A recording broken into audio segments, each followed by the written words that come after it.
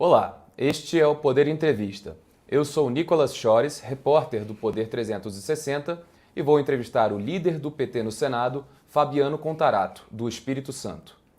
Fabiano Contarato tem 56 anos, é delegado da Polícia Civil e professor de Direito e Processo Penal. Foi corregedor-geral do Governo do Estado do Espírito Santo, diretor-geral do DETRAN e delegado de delitos de trânsito.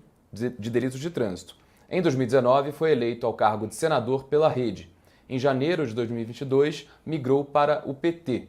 Em janeiro de 2023, foi escolhido para liderar a bancada do partido no Senado. Senador Fabiano Contarato, muito obrigado por ter aceitado o convite. Eu que agradeço, Nicolas, e me coloco à disposição de todos vocês. Agradeço também a todos os web espectadores que assistem a este programa. Esta entrevista é realizada ao vivo no estúdio do Poder 360 em Brasília, em 9 de fevereiro de 2023. Para ficar sempre bem informado, inscreva-se no canal do Poder 360, ative as notificações e não perca nenhuma informação relevante. Senador, começa a entrevista perguntando como têm sido as primeiras semanas como líder do PT. Já teve que se deparar com muitas divergências na bancada? Olha, Nicolas, é uma experiência que para mim desafiadora, né? Nós tivemos 4 primeiros anos do meu mandato foi tendo um comportamento de centro-esquerda, de oposição ao governo, ex-governo Bolsonaro. Então foi uma experiência e agora nós estamos ali, a bancada nos elegeu como líder dessa bancada que é do partido do presidente da República. Então é desafiador. Eu estou extremamente motivado. Não a bancada do PT é extremamente unida. Então tudo é muito debatido, tudo é muito bem construído e eu tenho certeza que nós vamos contribuir para que o presidente da República tenha governabilidade necessária para reduzir a desigualdade social, principalmente. Justamente por ser o partido do presidente Lula, queria perguntar quais são as pautas prioritárias do governo e da bancada do PT, porque nem sempre essas pautas são necessariamente convergentes, mas queria saber como é que o senhor está fazendo esse equilíbrio entre governo e bancada do partido. É bom esclarecer que dentro do Senado existe um líder do governo no Senado, que aí sim tem essa função articuladora com todos os partidos, que é o querido senador Jacques Wagner, uma pessoa extremamente equilibrada, competente, serena, com uma larga experiência, tanto no executivo como no legislativo. Então ele vai ter essa função e que eu tenho uma interlocução muito forte, mesmo porque é do mesmo partido que eu. E na bancada do PT, claro, com o interesse do Partido dos Trabalhadores, em sintonia com a liderança do governo no Senado, bem como com o líder do governo no Congresso, que é o senador Randolfo Rodrigues. Então, as pautas, nós temos que ter a plena convicção de que o Partido dos Trabalhadores ele surge desse movimento de luta por direitos dos trabalhadores. Então, é uma marca, é uma digital do governo do PT, a redução da desigualdade. Nós temos que entender que, infelizmente, o Brasil voltou para o mapa da fome. Nós temos aí 33 milhões de brasileiros em situação de pobreza, extrema pobreza, essa desigualdade, a saúde pública de qualidade, que infelizmente não é eficiente ou como manda a Constituição Federal, principalmente no artigo 6º, quando fala dos direitos sociais. Né? Porque não basta estar lá no artigo 6º da Constituição Federal. São direitos sociais, direito de saúde, educação, habitação. Se essa saúde, infelizmente, ela não chega lá no principal destinatário, que é a população que mais precisa. Então, essa marca do social, da pauta dos direitos humanos, eu acho que essa que vai ser a prioridade do Executivo, e eu tenho certeza em sintonia com o PT, obviamente, porque é nesse contexto que nós vamos implementar as medidas que forem necessárias para dar essa governabilidade ao presidente Lula. Então, eu não tenho dúvida que as pautas voltadas para o social, para a redução da desigualdade, para a geração de emprego e renda, para a educação pública de qualidade, que vai ser o norte nesse início de governo. Já é possível falar em propostas concretas? Não, porque ainda está tudo muito no início, né? Nós tivemos um passo de cada vez. Foi a eleição do presidente Lula, depois tivemos a eleição do presidente do Senado, o senador Rodrigo Pacheco, que foi um momento muito importante em defesa da democracia.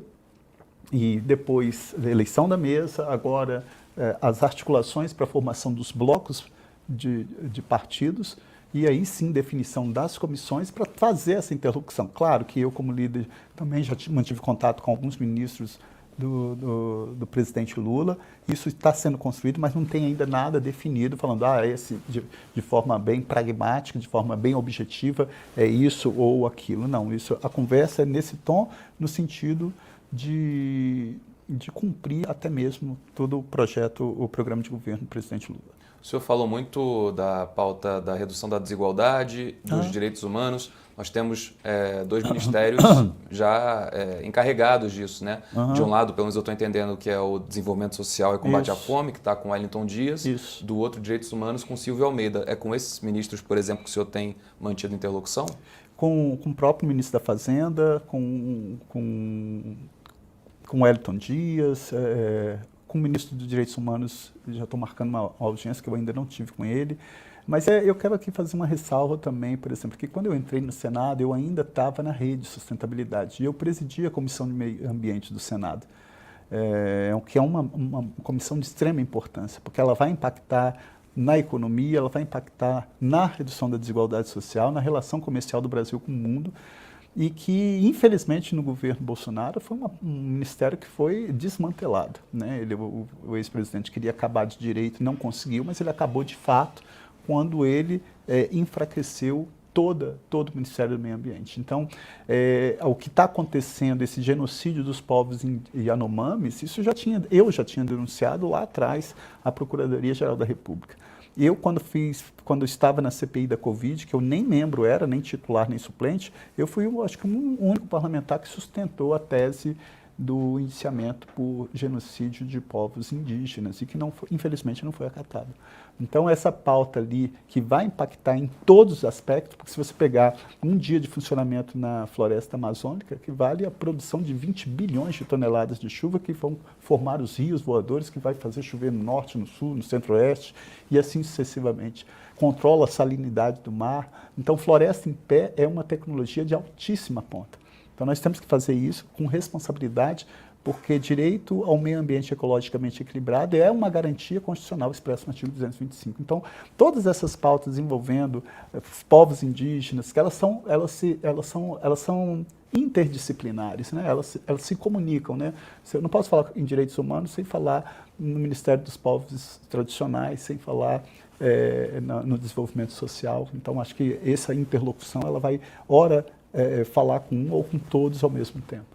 Acho que tem algumas coisas para desempacotar da sua última fala, mas uma delas é a atuação do Senado em relação à crise sanitária e humanitária dos Yanomamis em Roraima, não só em Roraima, na verdade, em todo o seu território indígena, que se estende para além desse estado, mas, de qualquer forma, o Senado aprovou ontem a criação de uma comissão externa para acompanhar em loco a situação dos Yanomamis e foi incluído também no motivo de ser dessa comissão a saída dos garimpeiros da terra indígena Yanomami.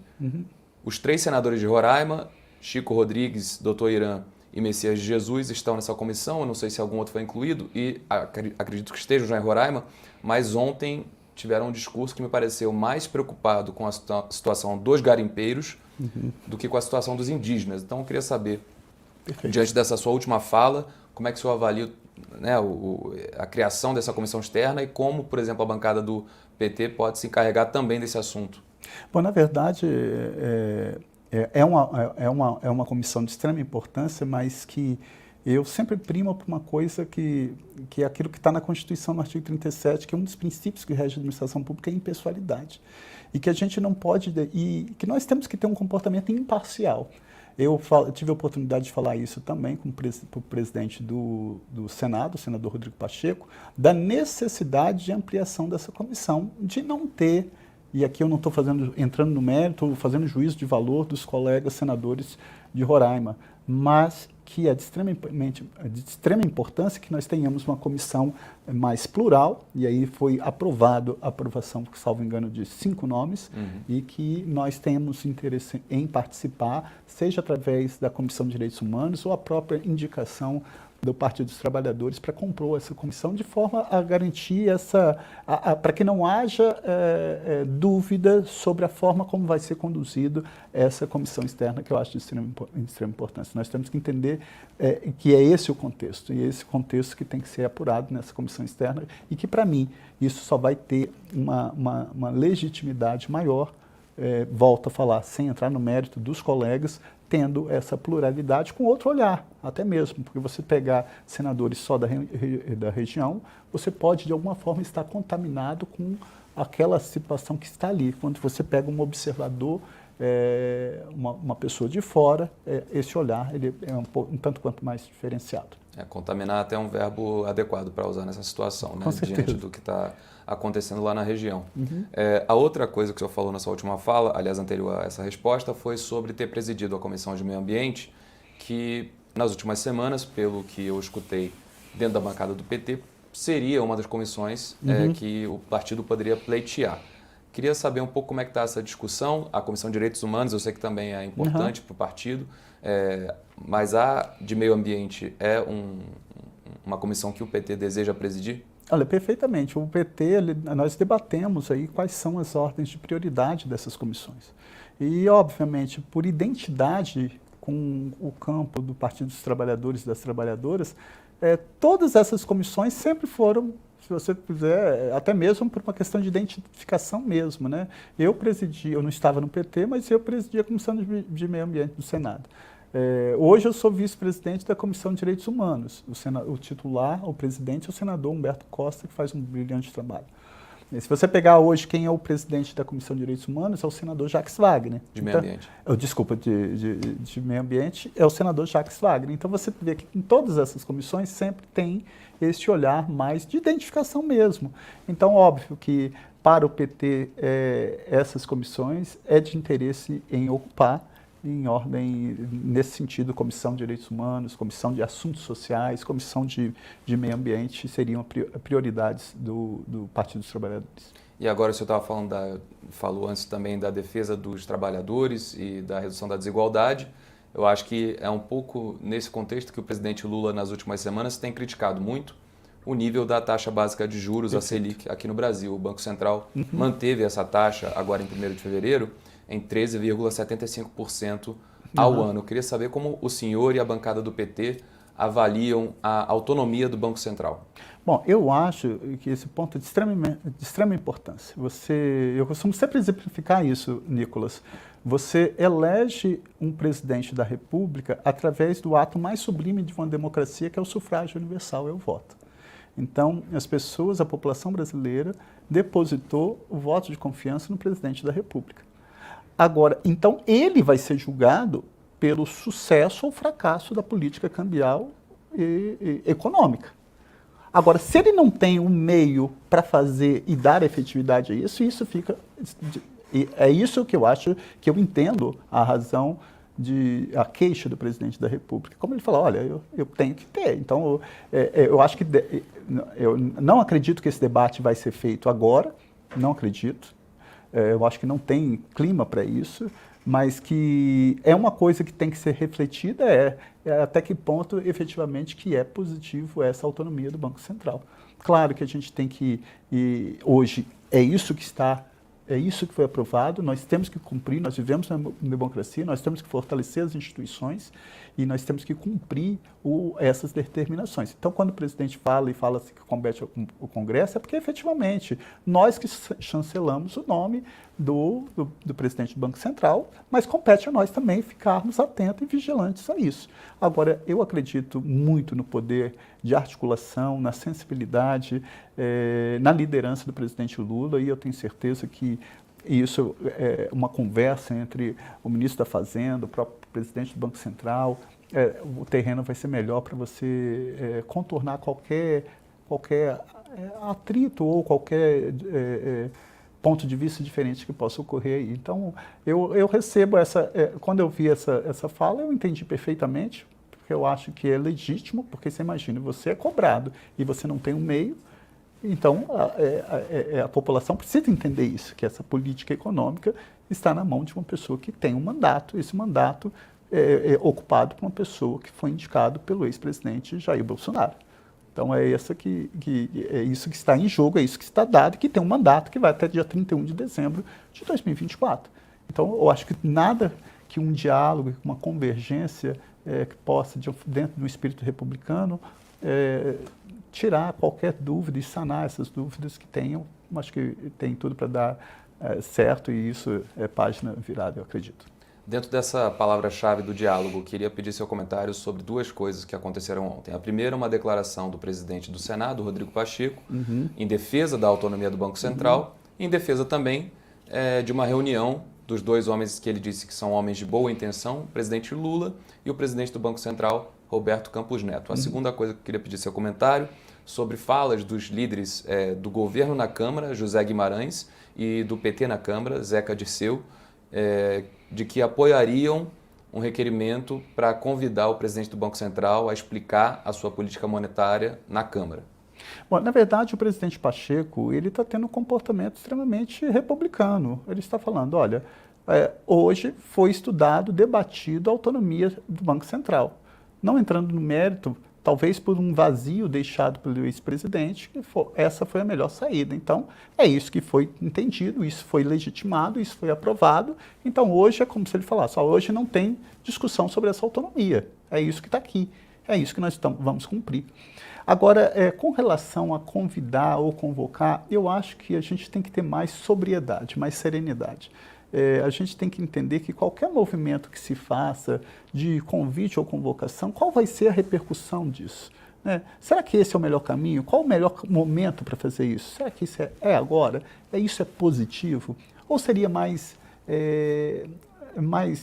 republicano e mais democrático ter uma conversa entre as pessoas de forma mais próxima mesmo, né? O ministro da Fazenda chamando o presidente do Banco Central ou o próprio presidente Lula. Eu acredito que você tem que ter muita cautela com o tempo.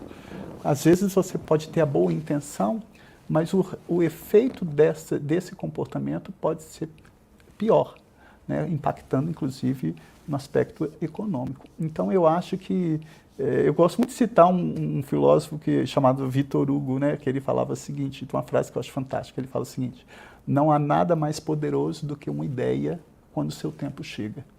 Às vezes você tem uma excelente ideia, mas não é o tempo daquela ideia.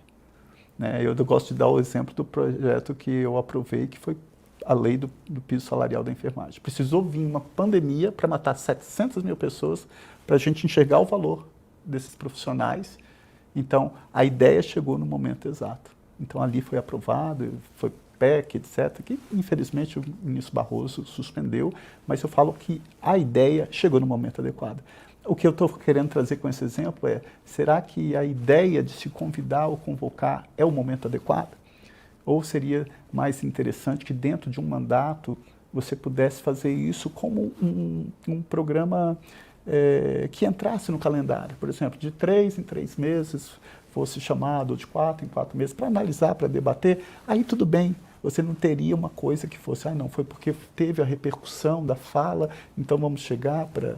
Eu acho que é essa cautela que a gente tem que ter, porque às vezes você querer ou você se precipitar, o efeito disso pode ser muito pior. Então eu tenho uma posição mais de prudência nesse momento, porque você pode ter uma boa intenção de chamar, e que tem que dar explicação, óbvio, mas será que esse é o meio adequado? Será que esse é o melhor caminho? Qual a consequência desse comportamento? Eu acho que eu refletiria mais com relação a isso no Senado.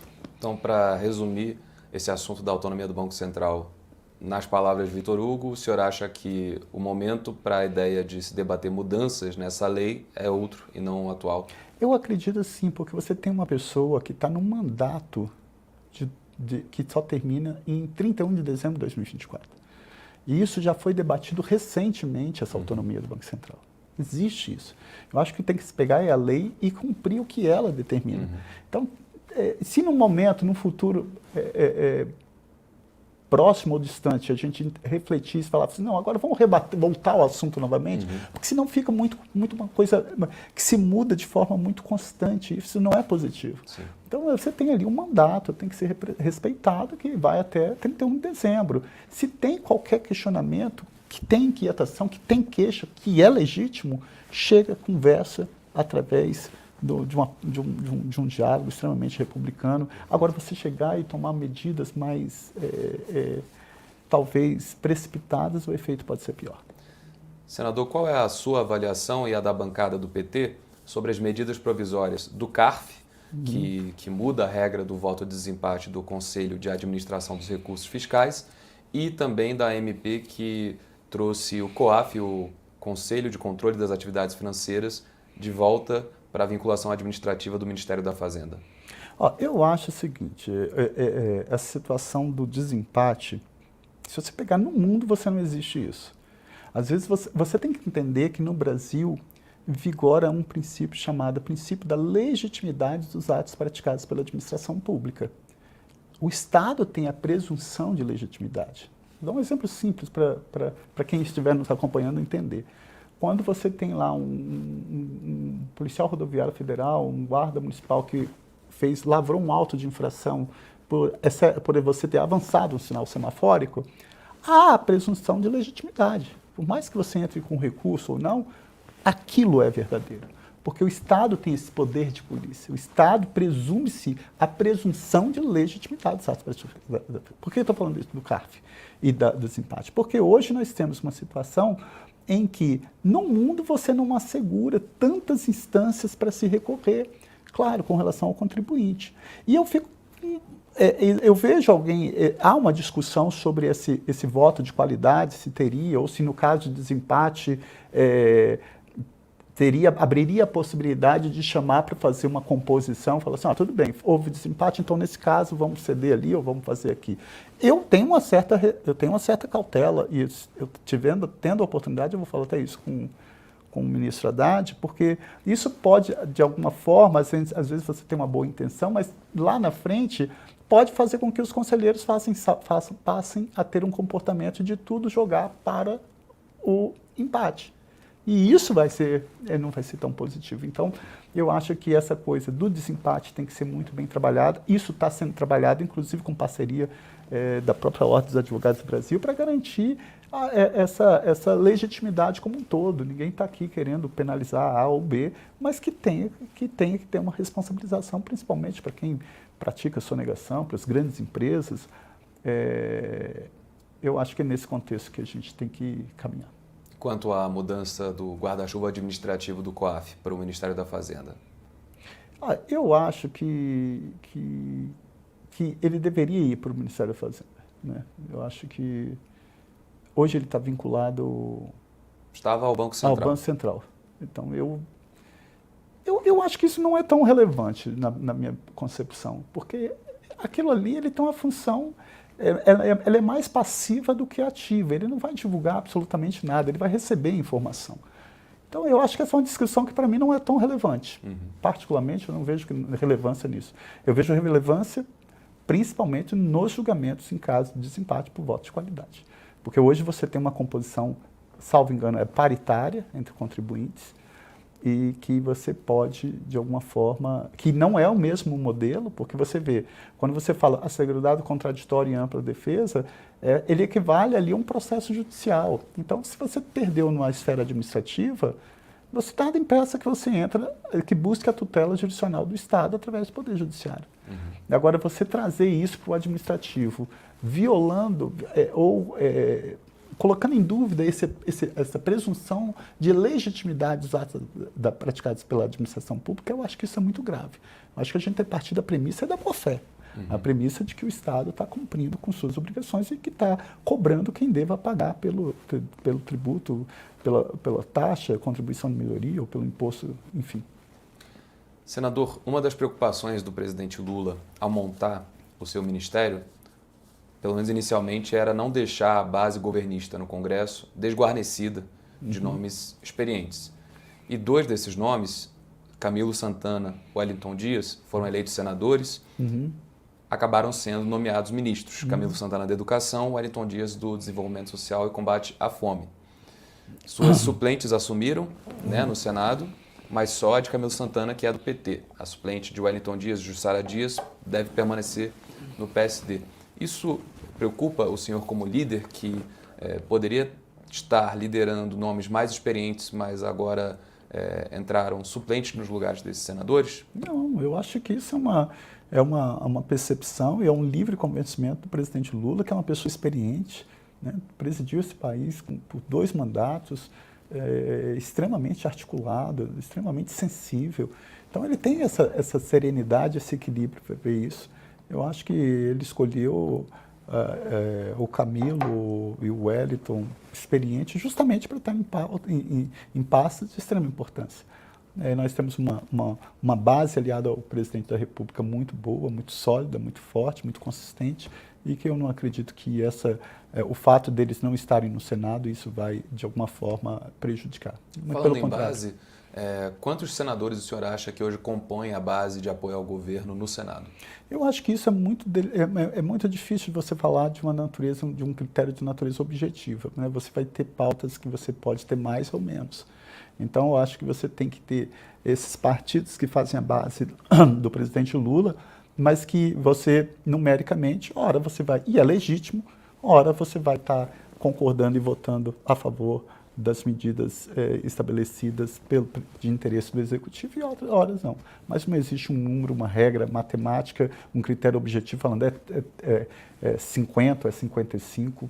Para mim, eu acho que isso vai depender caso a caso. Eu gosto sempre de dar um exemplo do meu comportamento, que fui oposição. Se você pegar qual o percentual de vezes que eu votei com pautas de interesse da União no ex-governo Bolsonaro, foi um percentual extremamente alto.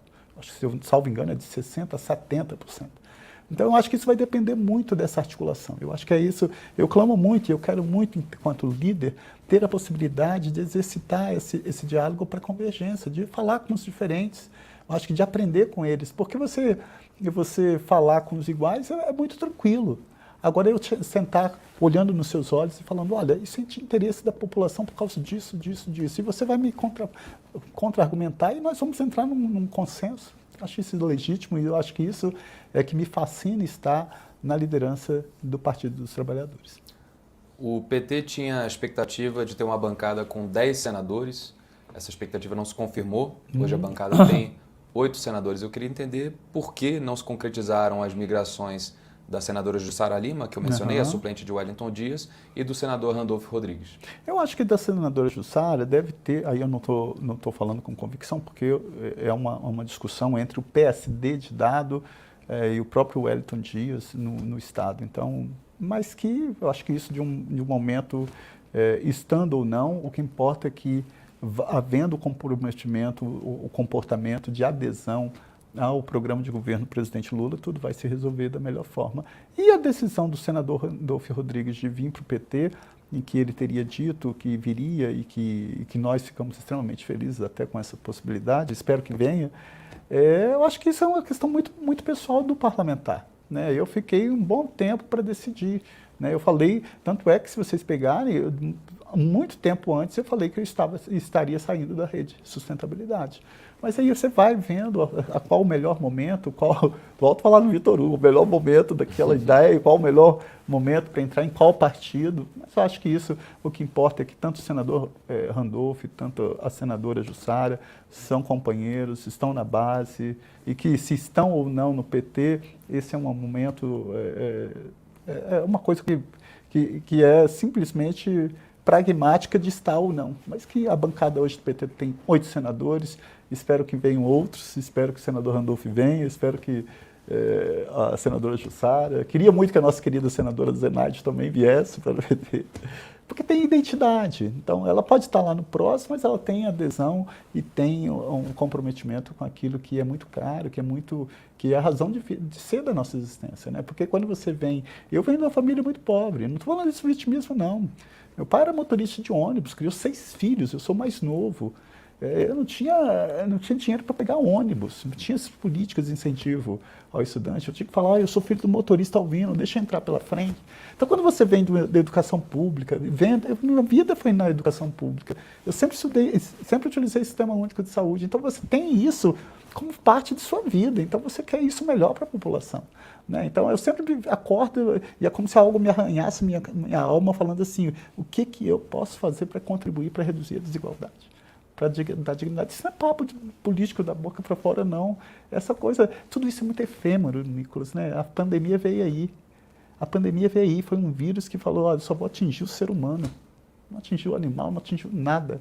Para a gente entender que isso tudo é passageiro e que a gente tem que lutar, e principalmente o político, todo o poder emana do povo. E foi por isso que eu fui eleito, e agradeço ao povo do Espírito Santo por me dar essa oportunidade para estar tentando lutar, para não só sonhar, mas concretizar o sonho de um Brasil mais justo, mais fraterno, mais igualitário, mais inclusivo e mais plural, respeitando as diferenças, porque é com a divergência que a gente consolida e fortalece a democracia. No Senado, uma das formas mais efetivas de lutar pelas pautas de cada senador são as comissões, e o PT, mesmo sendo o partido do presidente da República, deve ficar fora das 3 principais comissões, a de Constituição e Justiça, a de Assuntos Econômicos e a de Relações Exteriores. Por quê? Olha, tudo isso faz parte de um jogo político. Nós temos que entender que tem formação de blocos, tem partidos que têm bancada, maior bancada, esses acordos eles têm que ser cumpridos.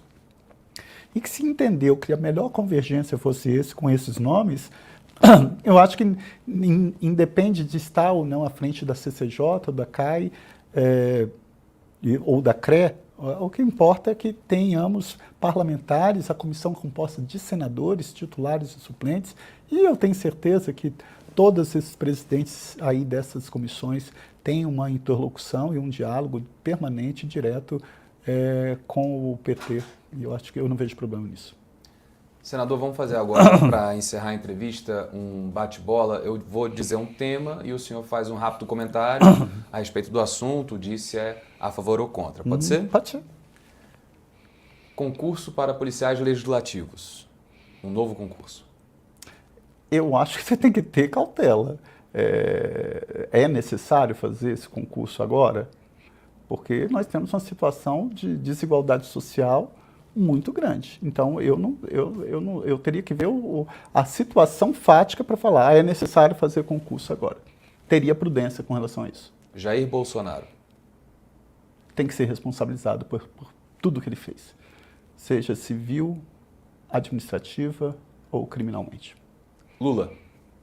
Um estadista, um líder mundial, uma pessoa que eu me espelho, uma pessoa que eu falei que eu sempre falei, tive a oportunidade de falar isso, que aos de 16, 17 anos eu fui barrado, eu lembro que fui barrado, eu nunca fui petista filiado, mas eu sempre que fui barrado dentro de uma sessão, porque eu desenhando estrela do PT ali, por se identificar, é um trabalhador, um sindicalista que está ali, para mim é um estadista, um líder mundial.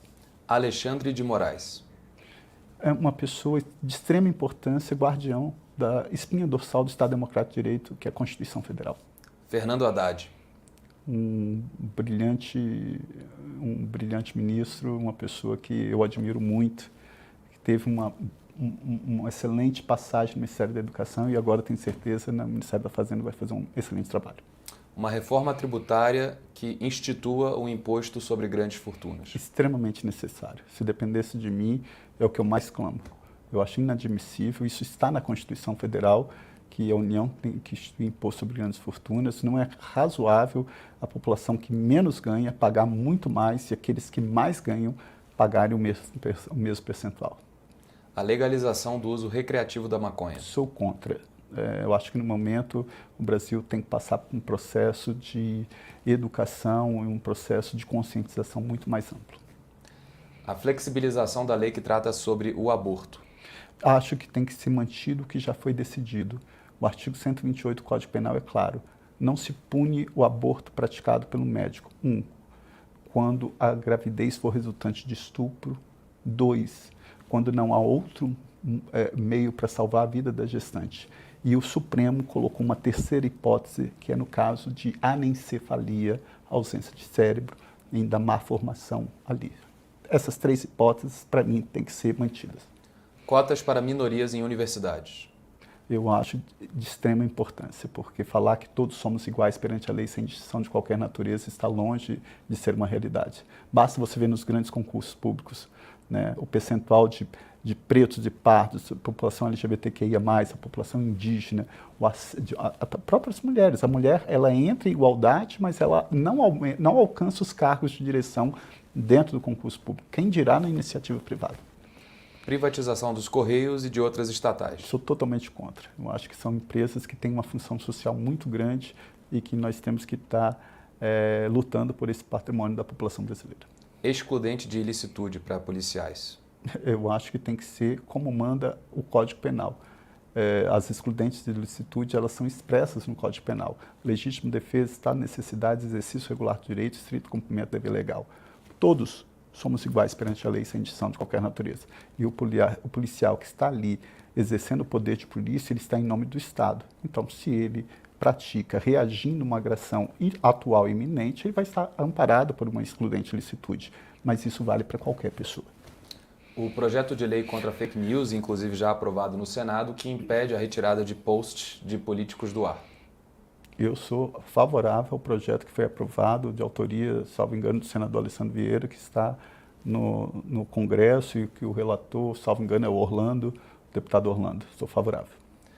Chega ao final esta edição do Poder Entrevista. Em nome do jornal digital Poder 360, eu agradeço ao líder do PT no Senado, Fabiano Contarato, por ter aceitado o nosso convite. Eu que agradeço, Nicolas, e quero mandar um beijo carinhoso, um abraço a todos os telespectadores do Poder 360.